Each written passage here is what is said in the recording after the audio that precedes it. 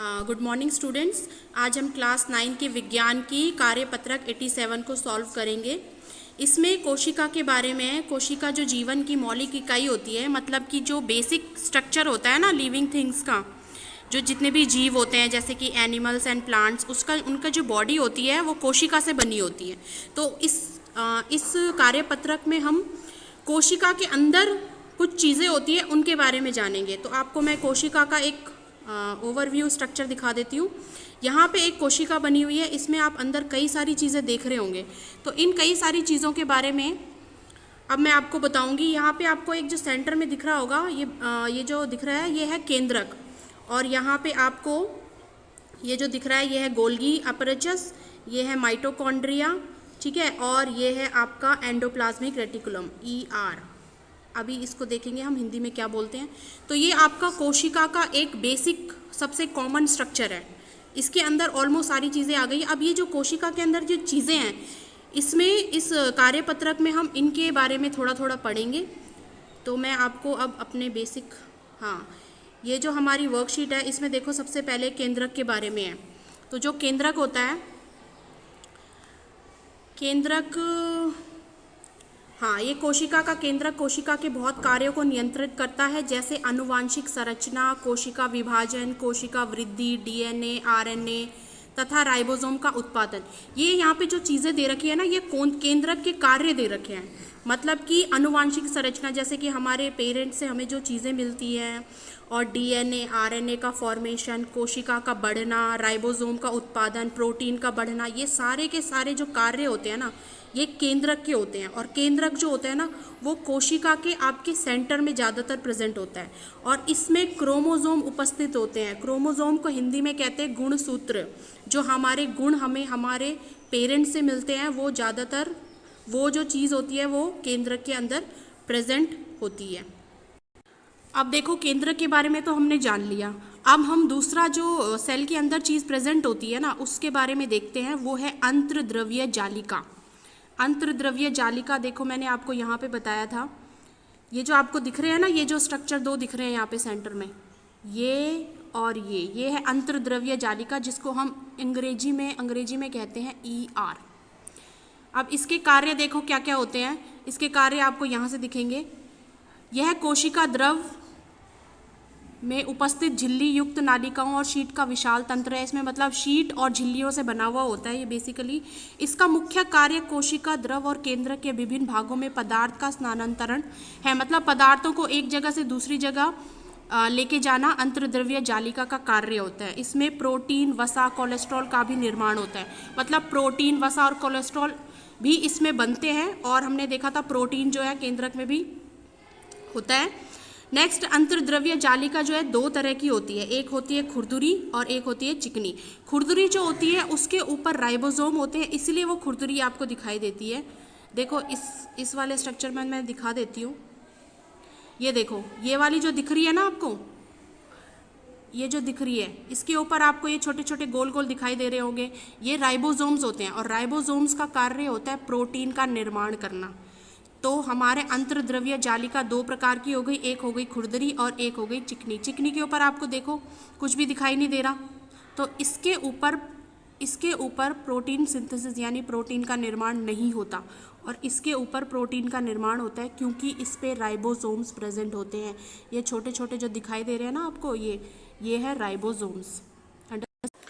अब देखो, नेक्स्ट उपकरण जो कोशिका के अंदर होता है वो है हमारा गोल्जी उपकरण। गोल्जी उपकरण एक ऐसा कोशिका अंगक है जो झिल्ली युक्त चपटी पुट्टिकाओं का एक तंत्र होता है। मतलब इस तरह से ये गोल गोल इसमें बने हुए होते हैं, जो एक दूसरे के ऊपर समांतर रूप से सजी हुई होती हैं, जिन्हें कुंडलिका कहते हैं। तो ये एक दूसरे के ऊपर चिपकी होती है, जिसे कुंडलिका कहते हैं। ये अंतर्द्रव्य जालिका जो हमने अभी ऊपर पढ़ा था ना, उसके संपर्क में रहती है, और वो जो कार्य करता है ना, उसको कलेक्ट करके और ट्रांसफर करने का इसका काम होता है।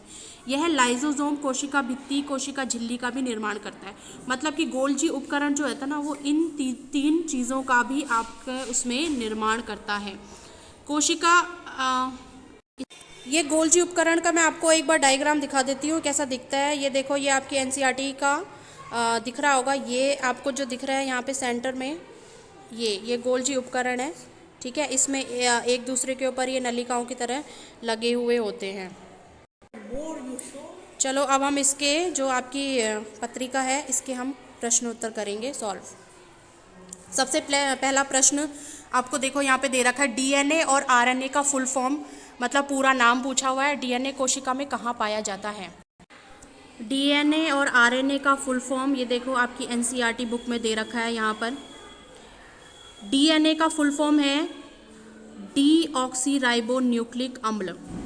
क्या है? डीऑक्सीराइबोन्यूक्लिक अम्ल। इसी में आपका आरएनए का भी फुल फॉर्म हो जाएगा।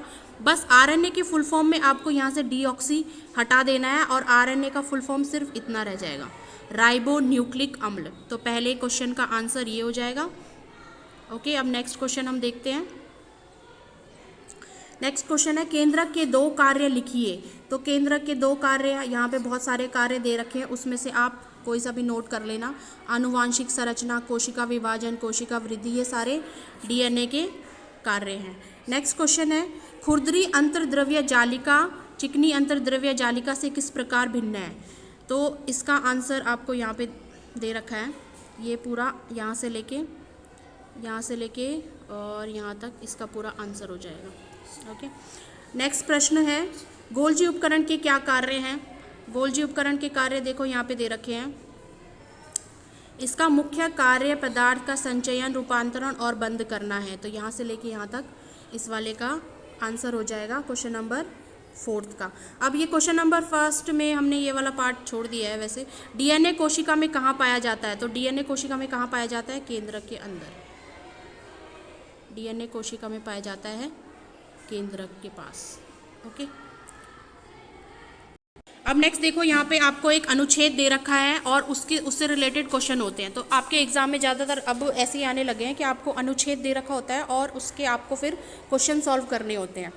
अब देखो यहाँ पे एक कोशिका का केंद्रक उसका सबसे महत्वपूर्ण अंग होता है, क्योंकि यह कोशिका के अधिकतर कार्यों को नियंत्रित करता है। इसमें क्रोमोसोम, जिसमें डीएनए होता है, माता पिता से संतान में गुणों का स्थानांतरण, मतलब माता पिता से जो गुण मिलते हैं वो डीएनए के थ्रू आते हैं। यह कोशिका द्रव में होने वाली अन्य अभिक्रियाओं को भी नियंत्रित करता है। ये आपका अनुच्छेद है। अब देखो क्वेश्चन नंबर 5, कोशिका का कौन सा भाग संतति में गुणों का वंशानुगत स्थानांतरण करता है? कोशिका का कौन सा भाग करता है? अभी ऊपर देखा था, इसका आंसर हो जाएगा डीएनए। तो प्रश्न नंबर 6 है, जीन कहाँ उपस्थित होते हैं? तो जीन कहाँ उपस्थित होते हैं? केंद्रक के अंदर। जीन कहाँ उपस्थित होते हैं? केंद्रक के अंदर। ओके, नेक्स्ट प्रश्न है आपका प्रश्न नंबर 7, अभिकथन दे रखा है, कोशिका झिल्ली का निर्माण अंतर्द्रव्य जालिका करती है। बिल्कुल सही बात है। कारण दे रखा है, अंतर्द्रव्य जालिका प्रोटीन तथा लिपिड का भी निर्माण करती है। ये भी सही है। तो इस क्वेश्चन नंबर 7 का आंसर में आ जाएगा आपका अभिकथन और कारण दोनों ही सही हैं। नेक्स्ट है प्रश्न नंबर 8, अभिकथन दे रखा है, केंद्रक कोशिका के सभी कार्यों को नियंत्रित करता है। हाँ, केंद्रक बहुत सारे कार्यों को नियंत्रित करता है, लेकिन फिर भी सभी कार्य नहीं करता। तो ये प्रश्न, ये जो अभिकथन है यहाँ पे गलत हो जाएगा। नेक्स्ट है, इसका कारण दे रखा है, केंद्रक में डीएनए होता है। हाँ, बिल्कुल सही बात है, केंद्रक के अंदर डीएनए प्रेजेंट होता है।